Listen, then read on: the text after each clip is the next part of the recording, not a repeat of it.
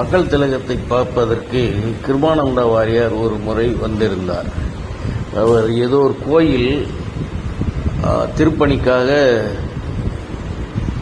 நன்கொடையை வசூல் செய்வதாக வந்து கூறியிருந்தார்.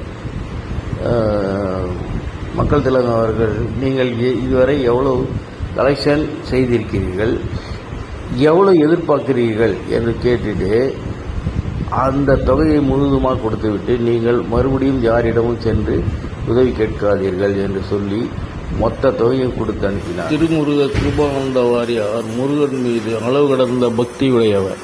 அவர் சொற்பொழிவாற்றினால் மக்கள் எழுந்து செல்ல மாட்டார்கள், உட்கார்ந்து கேட்டுக்கொண்டிருப்பார்கள். அவருக்கு பிடித்த பாடல் முருகப்பெருமானின் இந்த பாடல்.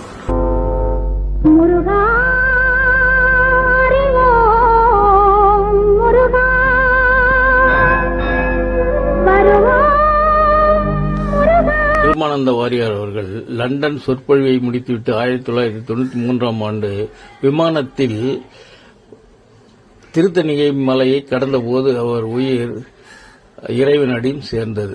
ஃப்ரெண்ட்ஸ், பிடிச்சிருந்தா லைக் பண்ணுங்க, ஷேர்